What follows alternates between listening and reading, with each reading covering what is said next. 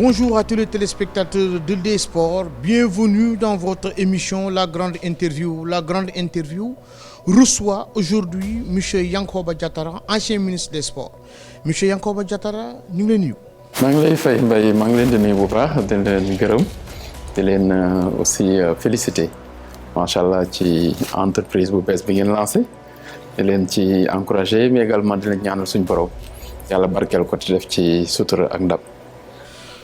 Monsieur le ministre, 7 mois à la tête du département des sports de septembre à avril ñun ñi gisatuñ la lan la monsieur Yankoba Diatara di def depuis bu mu jógee ci bopp ministère des sports. jërëjëf Mbaye depuis ma jógee ci ministère des sports xam nga comme ni ngeen ko xamee président Idrissa Seck donc daf ma nommé comme son directeur de cabinet donc xam nañu ni naturellement moom laa nekkal. moom laay liggéeyal au quotidien mais également maa ngi samay activités personnelles comme ngeen xamee j'ai beaucoup d'activités aussi au Sénégal qu'au niveau international. activités yi lan la monsieur le ministre. waaw man na xam nga baykat la moi j'ai des exploitations. D'accord. donc damay bay damay sàmm dama bay ay nag dama am ay vraiment j'ai beaucoup de choses macha allah yoo xam dama koy def damay yëngu man moom je suis un jeune sénégalais qui se bat donc macha allah xaw ma toog mais également sur l'international xam nga j'ai beaucoup d'activités aussi avec beaucoup de partenaires vraiment macha allah maa ngi ci yooyu mais aussi surtout activités politiques yi nag moom ëpp lu ma occupé ndax sama position ci wetu président Idrissa Seck di ko accompagner ci projet am donc loolu aussi daf ñuy jël temps bu bëri. Êtes-vous nostalgique du département des sports? Nostalgique non parce que xam nga nostalgique mooy loo xam ni da nga ko namm ba man dama nekkoon ministère des sports ci mission yàlla dogal na vraiment 7 mois la ko yàlla tudd ma def ko fa defe naa ni def naa li ma waroon def ci ministère bi ndax namm ko mooy namm ministère de l'économie numérique et des télécoms namm ko mooy namm donc conseil départemental namm ko mooy namm mairie de Thiès et macha allah yàlla daf ma sutural foofu yëpp ma jaar fu ci nekk ak app bi ko yàlla tudd ma góorgóorlu fa donc defe naa ni def fa liggéey boo xam ni donc yaakaar naa ni defe naa ko de manière convenable et que tey fi ko yàlla yemale foofu la yem macha allah. mais monsieur le ministre nangu nga ni département des sports bokkut ak département yeneen ministères yi ndaxte fii dafa mel ni moo gën a vivant. xam nga le sport d'une manière globale donc c'est la passion donc ministère des sports passion bi ak ni muy mobiliser toute la nation je peux dire donc loolu mooy tax mu nekk en fait un ministère assez spécial mais vraiment du loo xam ni dañu am ay regret wala genre nam donc mission la woon boo xam ne nekk naa fa wax dëgg yàlla foofu la ko yàlla yemale góorgóorlu nañ fa ci période bi ñu fa def yàlla suturaal ñu fa macha allah bi mu jeexee mu jeex ñu nekk ci leneen donc dañ koy sant suñu borom. tey suñu nee dañuy jàpp dara lu ministre Yankoba Diatara def ci passage am département des sports concrètement lan lañ mën a joxoñ baaraam ni lii kat monsieur Yankoba Diatara bi mu nekk ministre des sports moom moo ko fi def. waaw xam nga ministre moom da ngay xam ne da ngay mettre en œuvre la vision du chef de l'État président de la République moo lay nommé jox la une feuille de route ci département bi mu la dénk. yow nag am nga say ambition personnelle. waaw certes mais là c'est sur la base le fondement le principal mooy l'orientation du chef de l'État donc loolu ngay mettre en œuvre sa vision donc je pense que ci ministère ba bi ñu fa nekkee ci orientation yi président de la République jox. ànd nañ ko ak équipe yi nga xam ne moom la ñu yàlla boole doon foofu mais vraiment une équipe aussi dynamique engagée motivée donc ñu mettre en œuvre vraiment une partie de la vision du chef de l'État je pense que côté boobu gis nañu performance yi nga xam ni sport bi def na ko globalement mais également projet yi nga xam ne lancé woon nañ ko te ci mën naa ne orientation chef de l'État lañ ko doon def donc loolu nag dañ koy sant suñu borom te loolu defe naa ni ce travail là dina continuer mais liñ ci gën a mën a jàpp ci li ci gën a fës peut-être mooy un peu li ñuy wax coupe yi wala genre yooyu wala yenn projet structurants yi ñu lancé woon les infrastructures mais loolu lépp comme ni ma ko waxee ci base vraiment orientation président de la République. ñu bëree nga xalaat ni un goût d'inachevé ci département des sports nga def fa 7 mois coupe yi di ñëw mu mel ni la nga fa doon bugg a def yeggali woo ko nga am ci ban yëg-yëg ban sentiment. waaw bon xam nga loolu moom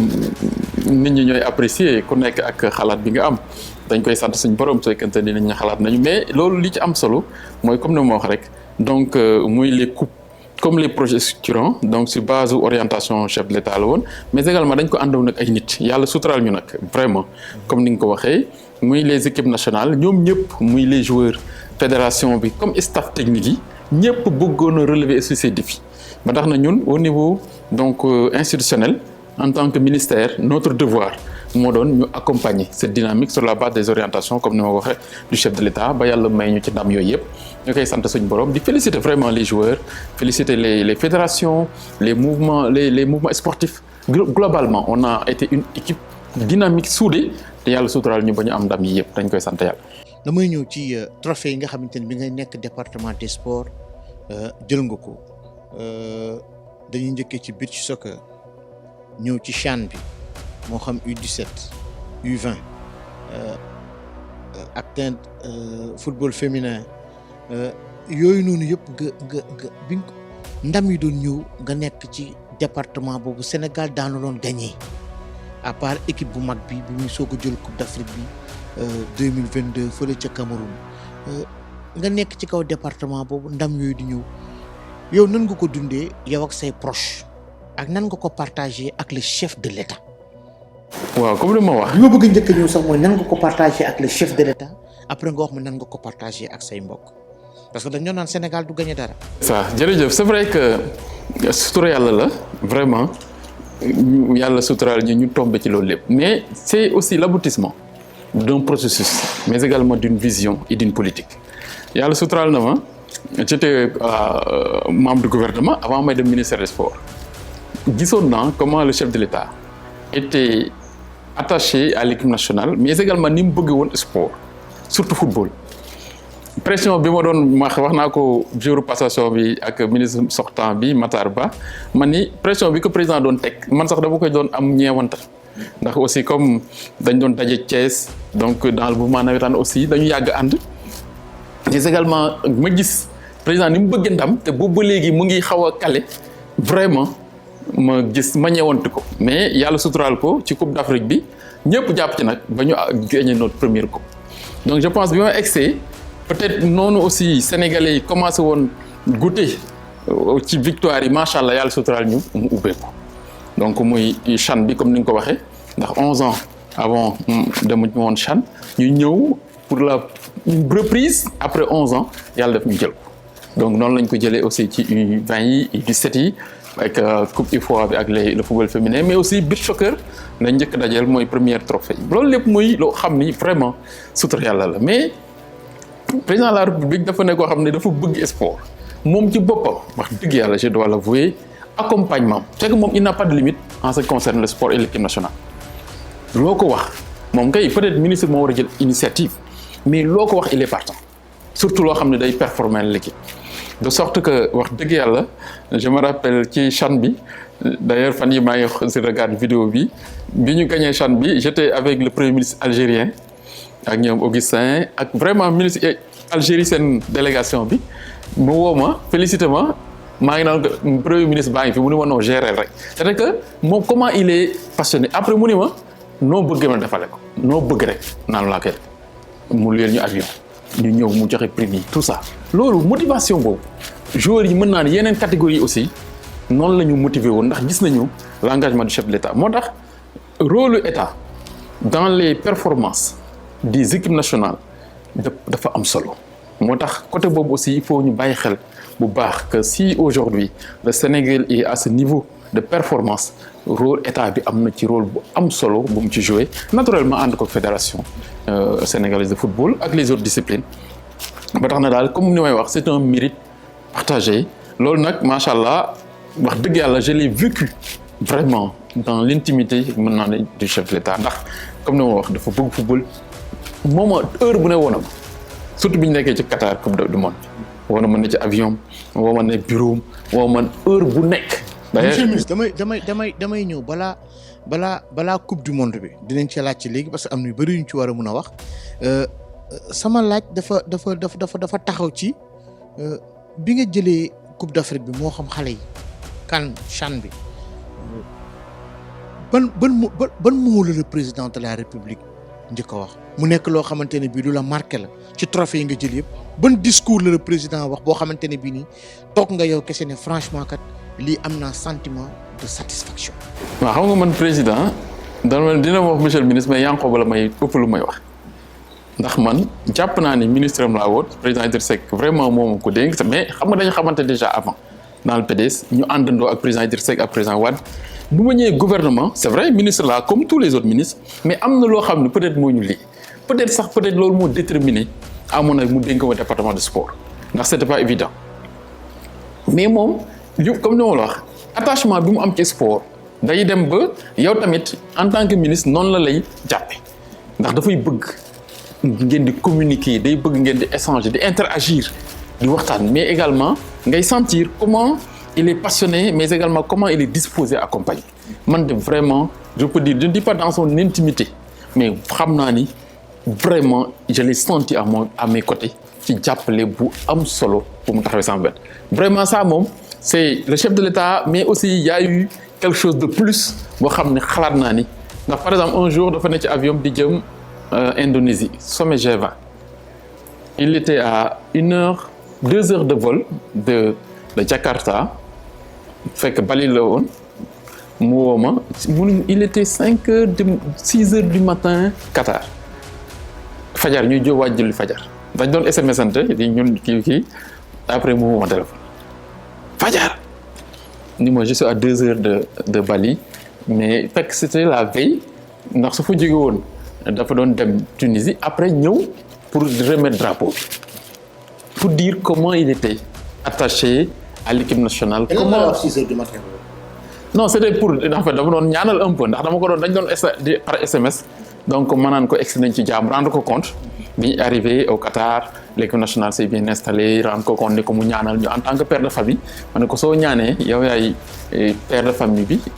soo ñaanee yàlla mën na nangu. après quoi ñuy agir moom moo may tooñ naan ma Idrissa gis naa ko sa sëriñ bi ndax dama def photo de fekk ma def photo profil dama Idrissa Seck di ñaanal aussi bi avant may jógee Sénégal mu naan ma gis naa la sa photo ak sa sëriñ bi quoi di ma tooñ noonu ñuy waxtaan. am loolu vraiment c'est koo xam ni da nga ko boole ci sa bopp mu ngay wax ak loolu ndax ministre am la mënoon na yem rek ci rapport institutionnel yi mais moom je sais que am na jàpp ku ma jàpp ci côté. tey monsieur le ministre ak lii nga jot a expliqué yëpp ñu jékki saa yi toog rek ne. monsieur le ministre Yankhoba Diattara dafay jóge département des sports lu ko waral moom mooy positionnement politique ndax parti réew mi day génn ci gouvernement bi il est obligé de quitter le département des sports ndaxte ci parti Idrissa Seck la bokk te Idrissa jóge na ci gouvernement bi mu mel ni kon politique mu ëpp doole li nga xamante ne moom la réew mi soxla. waaw Mbaye man jàpp naa ni président de la République relation yi mu amoon ak moom sont liées au fait que moom dafa may doon xoolee comme président Idrissa Seck comme ni ma la wax amoon nañu rab mais vraiment comme Idrissa la may doon xoolee ndax xam naa ni mu ma jàppe woon c'est lié au président Idrissa Seck nga xam ni moom ma ko dénk mais beneen bi aussi rapport yi ñu am moom yi ma am ak Idrissa c'est des nga xam c'est des rapports vraiment sincères c'est des rapports vraiment de cordialité de fraternité ndax compte tenu naturellement de suñu parcours ñun ñëpp ak fi ñu jaar. wante comme ni nga ko waxee je pense lu jaadu woon la et lu jaadu la su fekkente ni président Idrissa Seck laa àndal dugg dans le gouvernement donc muy génn lii en contexte particulier que ma génn ànd ak lu naturel la ndax fàttewuma man lan moom ma yóbbuwoon au gouvernement kon waruma fàtte su fekkente ni une décision politique ñëw na donc ma ànd ak président Idrissa Seck vraiment génn gouvernement bi mais loolu taxul ñu naan ñu war a xalaat ni politique moo ëpp doole vraiment mbiru réew mi wala mbiru institutionnel. président Idrissa Seck ak président Macky Sall dañ cee waxtaan président Idrissa Seck aussi ñu waxtaan ceeg moom mais ñun xamoon nañ li ñuy def président Macky Sall xamoon na ko ndax c'est de mën nañ de manière dañ ko waxtaane du loo xam ni c'est une rupture brutale par rapport mais au contexte actuel bi ñu nekk nga xam ni présidentiel dafa taxaw te suñu parti nag ak projet président Idrissa Seck pour gérer ce pays nekk un projet ñëpp xam ko depuis plus d'une vingtaine d'années ñu ciy liggéey lu jaadu la. kon defe naa ni côté boobu kenn mënul xalaat ni vraiment politique moo ëpp doole mbiru institutionnel ndax je pense que ñun ñëpp gis nañu li nga xam ni yëpp aussi président Idrissa Seck yéene na ko ci réew mi ñun ñi nga xam ne ñoo àndoon ak moom mobiliser wu laxasaayu ci wetam defe naa lu jaadu la ba tax na defe naa loolu Sénégal yëpp nangul nañ ñu ko tey ba tax na kon je pense que mënuñu xalaat ni politique moo ëpp doole ci bolo institutionnel. Coupe du monde 2022 ca Qatar rapport yi nga xamante ni bi am nga ko ak tes plus proches collaborateurs. ñu dégg rek ne monsieur le ministre Yankhoba Diattara interdire nañ ko mu nekk ci biir hôtel Lions yi nan nga jàngatee. waaw mais d'abord Mbaye da ngay xam d'abord ni loolu du dëgg mooy fausse information la xam nga fausse information mënoo ci commentaire deuxièmement nan ngay un ministre nga xam ne mooy chef de délégation nga xam ni FIFA mais déggoo la wax nit non xam nga man dama nekk ci position de responsabilité ñu dénk ma délégation bu ëpp ñetti téeméeri nit président de la république ak coupe du monde ni mu toll ak aussi Sénégal ni football mel ni jeunesse bi passionné tout le pays ni ñu attaché wu à l'équipe nationale ñu indi une fausse information mënu la déranger par rapport à l'objectif principal bi nga xam ne moom lañ la dénk ak bi nga fixé wu. mais monsieur le ministre fausse information bay waxal ne ministre des sports interdit nañ ko mu loger ci hôtel des Lions. waaw mais xam nga loolu dama ne lu mënta nekk la c'est-à-dire que comme un président de la république rek ñu ne un ministre nee na ko du dem au palais de la république. wala un père de famille nga joxe sa dépense sa njaboot sa kër añ bi pare sa benn doom ne la non doo fi añ xam nga loolu xel mënu ko nangu ndax da ngay xam ne aussi la FIFA ni muy organiser coupe du monde c'est tellement normé et organisé bala ñuy départ réew mu nekk déjà bala ngay départ xoola wax nañ la hôtel bi ngay dëkk ak sa délégation xam nga ñaata la 55 personnes et kan mooy jiite délégation bi le ministre des sports ak maintenant les joueurs les fédéraux ak mu 55 nga yónnee ko avant ñuy départ ku nekk xam nañu fi ngay loger et tout cela donc loolu polémique yu mel noonu nga xam ni mën naa ne fake news la peut-être pour déstabiliser ndax xaw ma quel est en fait lan moo taxoon mu jóg mais loolu mënu ma perturber par rapport ak l'objectif principal bi nga xam ne moom lañ ma dénkoon te ma conscient ci nag xam ni tey sama responsabilité mooy mobiliser toute l'énergie nécessaire ak ñi ma ko war a àndal ñëpp pour yàlla may ñu ndam te yàlla defal nañu ci sutura moo tax ma ni loolu duñ ci ko sori. léegi su ma la waxee querelle bi nga xamante ne bi am nga ko ci kanamu fédéraux bi yow ak le DAGE Mamadou Ngom Niang lan nga may tontu. non awma querelle du ma am querelle non un DAGE c'est un agent boo xam ni ministre bi boo koy jox instruction muy def kon kooku mënu ma am querelle ci moom man damay jox ay instruction rek maintenant mën na am contrainte ou limite par rapport ak li nga xam ni moom la situation bi laaj il s'explique mais du querelle donc mais explication bi xawoon na heurté de non xawoon na heurté ba monsieur Abdoulaye Sow sax moom moo intervenir par rapport ak coow non c'est pas passé comme ça expliquez-nous comment ça se passe non moi je donne des instructions par rapport à des situations yoo xam des requêtes yoo xam ne fédéraux yi dañ koy def par rapport à une délégation aussi comme ni wax complexe on donne des instructions donc et sur ça il s'exécute moi bi ma demee coupe du monde je peux dire dañoo def une semaine rek mën naa ni président de la république ci échange defe naa après oui une semaine la ndax après Sénégal Qatar bi muy ñibbi ci yoon bi moom sax moo ma jox résultat wu Argentine Arabie Saoudite. 2-1 premier match Argentine. donc ñu échanger. donc mu ni ma fais-moi d'abord cette situation ak soo amee urgence loo soxla rek nga wax donc c'est pour dire simplement que vraiment par rapport à la gestion d'une délégation d'une équipe. et aussi d'une délégation aussi importante. vraiment kii mënu ci am ndax li mën a am mooy ay contraintes. mën naa ne financière te loolu vraiment une délégation pareille ak Sénégal disposition yi jëloon loolu mënuñu ko am. lan ngay tontu ñii di ne querelle peut-être yu le ministre Yankhoba Diattara ministre des sports à l'époque doon am ak fédéraux yi xaw na plombé tuuti résultat ci équipe nationale. mais mosuma am polémique ak fédéraux yi mosuma am kenn benn fédéral. benn nu mu tudd agent du ministère wala déggal de la fédération amul ndax ñaar laa doon waxal. ñaar ba ñett Augustin Senghor le président Abdoulaye Sow vice-président sama collègue ministre ak Amadou Kane presque pour logement yi sinon sur le reste vraiment c'est le directeur de la haute compétition moo directeur de cabinet ñooy gérer yoon mais mosul am polémique entre man ak les fédéraux mosul am et mun nga wax ni que tiraillement mosul am entre le ministre ak ñi nga xam te ñoo nekk ministère à l'époque non mosul am était un chef de délégation un ministre aussi ak ses agents noonu lay am tiraillement mënut a am c'est que li nit ñi di xalaat c'est de l'imaginaire parce que xam nga monsieur le ministre booba tey dégguñ la nga wax et dafay baax suñu jàkkaarloo ak yow yu bëri yoo xamante ni bi doon nañ ko dégg nga leeral ko Sénégal moo tax ma ni loolu c'est de l'imaginaire loolu moom moo tax ñuy sori ci loolu moo c'est de l'imaginaire ndax xam nga aussi il faut nga xam ku nekk mission ak responsabilité bi nga am nit ku nekk da ngay xam lan mooy sa responsabilité lan mooy sa rôle nga def ko et si les rôles sont très bien définis mënut a am polémique donc te loolu moo ci nekk te je pense on a la coupe du monde on a terminé la coupe du monde au mois de décembre d'ailleurs tey mooy anniversaire wu mën naa ni retour sax de la délégation sénégalaise donc de la coupe du monde donc après on a géré quoi on a géré le CHAN après on a géré les U20 les U17 donc l'UFO avec la nu mu tudd les filles vraiment pour vous dire simplement cette dynamique de la coupe du monde moom lañ maintenir ba tey yàlla may ñu ndam yooyu yëpp kon mun naa ni polémique mënut a am si. tey soo doon am ay regret ak ñi nga xam te ne jot nga liggéey ak ñoom lan ngay wax. non regret du ma ko wax parce que peut-être. parce que monsieur nangul ñu aussi que ni nangul ñu aussi que ni am na yenn yoo xamante ne bii nii jotoon nañ koo dégg ci département des sports loolu mën nga ñu ko mën a nangul. oui mais xam nga man d'une manière globale comme ni ma wax rek. da nga ci bëgg a yegg kay mais nangul ñu loolu rek monsieur le comme lan. comme maanaam tiraillement yi nga xamante ne doon na am ci monsieur le ministre ak sondage. non attendez écoutez vraiment. ak non non il faut ngeen xam ne nañ monsieur le ministre. di xëccoo aussi ak tamit ñi nga xamante ne jege nañu le DAGE. muy yoo xamante ne bii dégg nañ ko ci compétition bi. c'est que yéen da ngeen di vraiment da ngeen di wax xalaat yoo xam ni pour man ngeen baal ma pour man c'est des détails c'est des querelles yoo xam ni man mënu ma ko sama sax du ma ko yëg. ndax li nga xam ni comme ni wax règle su leeree ñu définir ko mu leer ku nekk def rôle am vraiment loolu du am déjà man mënuma seq ak kenn polémique ndax man dama am mission donc chef de l'État dafa koy définir ma xam aussi li ñu ma dénk moi je suis un responsable nekk un manager ku ci nekk ma jox la sa rôle ku nekk su doxalee de manière convenable mission polémique du am. maintenant s'il y a mais dafa ndànk rek s'il y a maintenant des dysfonctionnements il est de mon devoir donc de recadrer tout le monde ku nekk ma rappeler la sa mission nga doxal ko. mais est-ce que la façon bi soo leen recadrer en tant que chef de délégation est-ce que dinañ ko gisee nii yow da nga leen war a recadrer. mais xam nga loo xam ni ñun ñëpp dañ xam nga de manière concertée xam nga ñun li ñuy def dañ koy waxtaanee. man j'avais instauré donc ci coupe du monde bi ay réunion ak la fédération.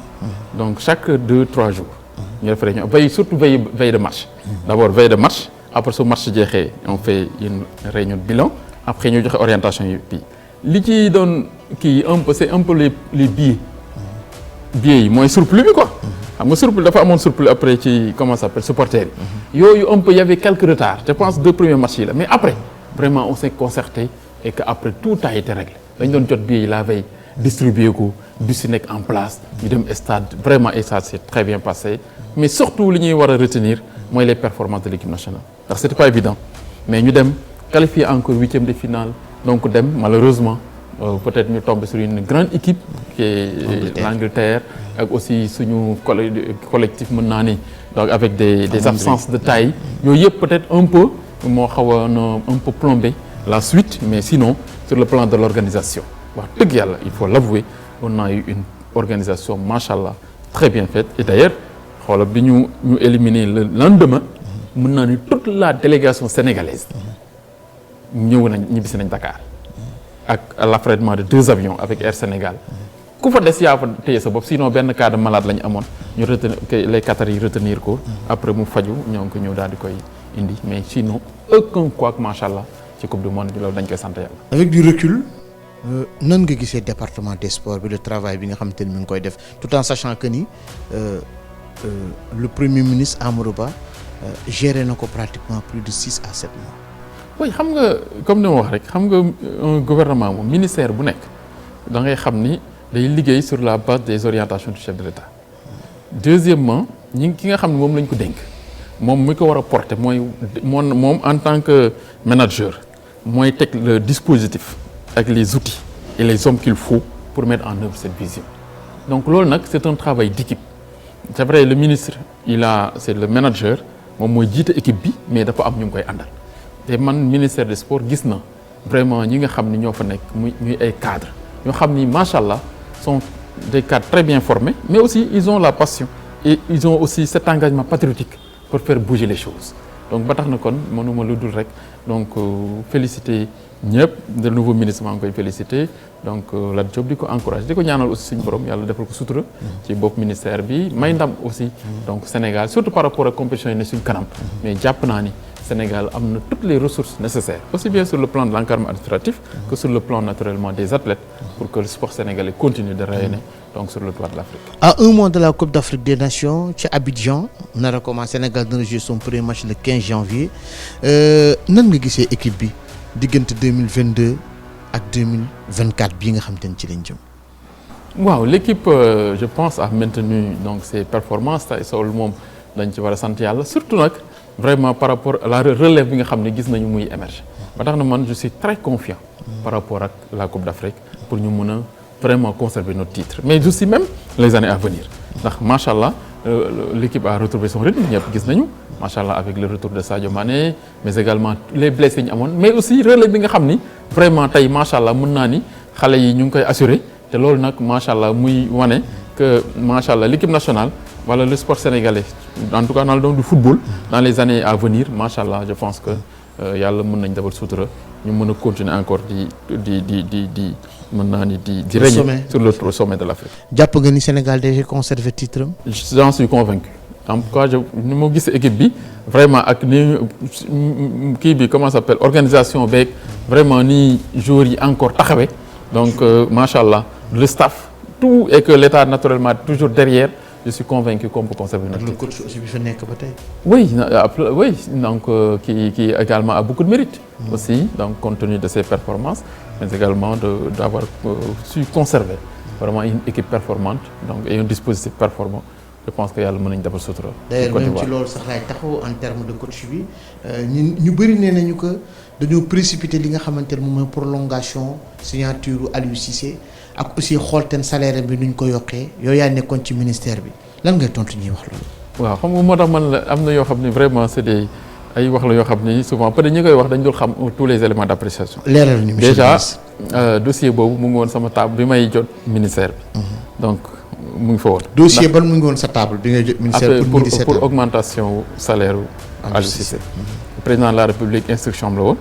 il l'a renouvelé ko donc ma recevoir Aliou Cissé aussi mu defal ma l'historique fi ñu ci tolloon donc naturellement instruction chef de l'État pour man un ministre daf koy diligenter te loolu laa ci jéem defe naa ni te bi mu amee aussi ñëpp defe naa ni am nañ ci satisfaction monsieur le ministre Yankhoba Diattara ñëw ñu gis ni chantier mi moo nekkoon la construction des infrastructures sportives te suñ ci taxee moom mooy les stades est-ce que amul guy dina chever le fait que yeggali woo loolu nga xamante ne bii ni mébétoon nga ko. waaw xam na wax naa la ko sànq xam nga un ministre moom quel que soit ses projets day xam ne daf koy tirer de la vision du chef de l'État donc président de la République moo amoon yéene vraiment que infrastructure sportive yi nekk aux normes donc déjà yi nekk en chantier daf ñu instruire woon pour ñu diligenter ko ñu eggale ko beneen bi mooy ñu lancer de nouveaux projets vraiment muy projet stade yi nga wax les 26 te loolu macha allah muy vraiment sa vision sa volonté vraiment parce que Sénégal toll na niveau boo xam ni en termes de performance war nañu mun a vraiment disposer de stades quand même aux normes fonctionnelles au niveau donc de toutes les régions ou même voire les départements c'était ça le projet et je pense que ce projet là aussi sera poursuivi par la nouvelle équipe. mu amoon benn polémique bu fi jotoon a jóg monsieur le ministre mooy l'organisation de la Coupe d'Afrique 2027 ñu nekk ne l'État du Sénégal nee na dañuy organiser joxe nañ wax nañ ak fédération bi que dañuy proposer wu pour organiser la Coupe d'Afrique en 2027 et bañ koy annoncé yooyu yaa nekkoon ci kaw département boobu mu nag soulever benn polémique ñi ne l'État n'a jamais dit ça la fédération ne non on nous a pas saisi bi ngay nekk foofu yow mi nga xamante ni yow yaa nekkoon à la tête de ce département à cette époque est-ce que mën nga ñu ci leeralal tuuti mu leer ci bopp Sénégalais yi une bonne fois. waaw xam nga da ngay xam ni organisation d'une Coupe d'Afrique c'est vrai c'est la volonté de l'État mais l'État mënu ko def tant que mën naa ni waxtaanu ci ba tënk ak la fédération. vous l'avez annoncé à l'époque. waaw dafa ndànk rek. ak la fédération sénégalaise de football. l'annonce c'est l'aboutissement d'une réflexion et l'aboutissement d'un échange entre le ministère et la fédération. donc lu dul benn du ñaar naturellement ñun ñëpp ay responsables lañu waxtaan nañ ci te li ci mujjoon ñu vraiment ñu waxtaan ci de manière approfondie mooy bi ñu jëlee donc U20 yi. donc au Caire donc man ak ñoom Augustin ak vraiment ak ñoom Ablaye ñun ñëpp ñu waxtaan ci vraiment ba tënk pour vraiment stabiliser pour préparer le dossier du Sénégal. donc xam nga loolu en conseil des ministres aussi j'en ai parlé au chef de l'État qui a donné son accord et même qui avait commencé à émettre l'idée d'associer la Mauritanie pour ñu genre co-organisation genre. c'est pour dire simplement que vraiment au sommet de l'État que ça a été retenu. Maintenant il y avait également des défis à relever parce que aujourd'hui avec le nouveau format donc de la CAF il faut minimum 6 à 8 stades fonctionnels pour pouvoir organiser. Donc maintenant ça a demandé une préparation, un cahier de charges, donc des engagements financiers assez lourds. Donc moo taxoon donc on avait estimé que 2027 pouvait être une bonne année mais je pense que moo tax d'ailleurs ñu ne cela l'État du préparer un dossier ba dem soumettre ànd ak la fédération et tout ça donc parce que y avait des discussions préalables donc sinon kon ci délai bu gàtt boobu donc duñ ko mën a préparer ba dem déposer ji donc maintenant la CAF a décidé mais je pense que le Sénégal a toutes les chances pour pouvoir organiser une bonne CAN après plus de 30 ans donc depuis Sénégal 92 nga jógee département des sports est-ce que mun nañ njort le ministre Yankhoba Diattara delluwaat fa eggali li nga xamante ne bii amaana bëggoon na moo nekkoon mébétam. mais tu sais xam nga question boobu mënuma ci tontu li ci am solo mooy ngeen xam ne man je suis à la disposition de mon pays mais présentement dama ne ci ay chantier surtout chantier politique ak le président Idrissa Seck. naturellement ma koy ñaanal suñu borom mu defal koy sutura ci projet yi nga xam ni moom la mébét ci Sénégal yàlla mottali ko jàmm. donc li ci des nag dañ koy bàyyi loxo suñu borom. donc loolu moom yàlla moo xam mais vraiment. je pense que li ma fa waroon a nekk naa ko fa yàlla suturaal nañu def naa ne am na lu ñu fa góorgóorlu li ci des vraiment mu ngi lox suñu borom ndax ëllëg moom ëllëgu suñu borom donc tey nag ci li ma nekk mooy vraiment jàppale président Idrissa Seck pour mu ne président en 2024 votre dernier mot monsieur le ministre. alhamdulilah macha allah des mots de remerciement donc naturellement vous féliciter encore comme noo leen wax d'avoir vraiment pris cette initiative de lancer donc votre propre structure macha allah donc des médias des sports ñu ngi leen di féliciter di ko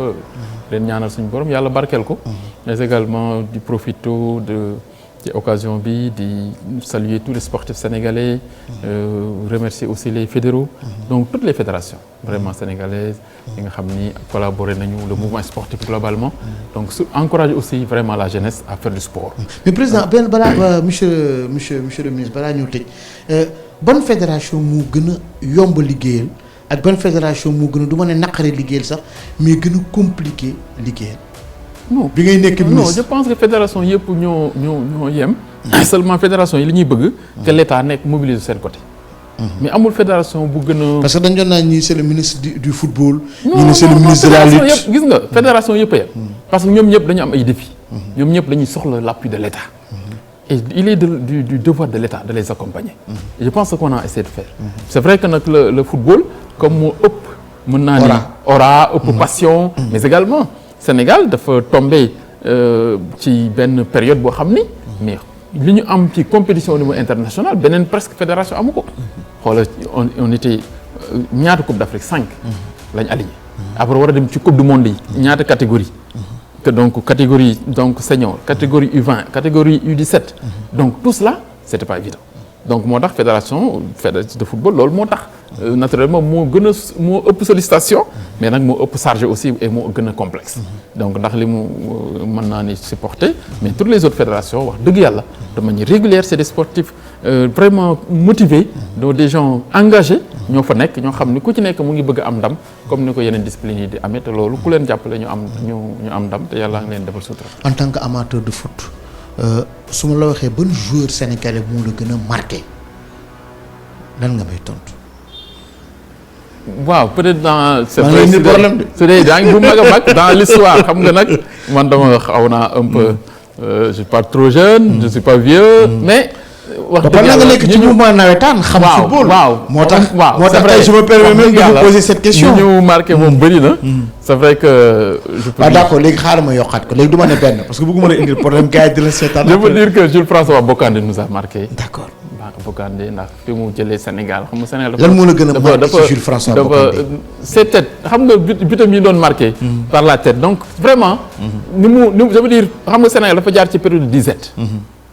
donc gisoo histoire politique yi nam tudd footballistique du Sénégal donc am période xam mais avec génération ñoom Cheikh Seck ñoom Jules Bocandé ci la ñuy commencé waat vraiment di redorer maintenant le blason du football sénégalais ndax après les Jeux de l'amitié après années 70 yi vraiment c'est avec les Jules en 90 donc 86 90 vraiment les années 80 donc ba machallah maintenant après la génération 2002 elle a Diouf également les Fadiga ba tey les Sadio Mané machallah donc qui nous ont fait Machallah régalé mais surtout nous ont honoré avec cette première étoile donc au Cameroun en 2022 donc yooyu yëpp pour dire Machallah nous tous nous sommes des passionnés de football de sport donc mais ils nous ont beaucoup marqué et on prie encore pour que vraiment génération boobu am une autre relève te Machallah li ñu gis c'est assez prometteur et c'est encourageant ak xale yi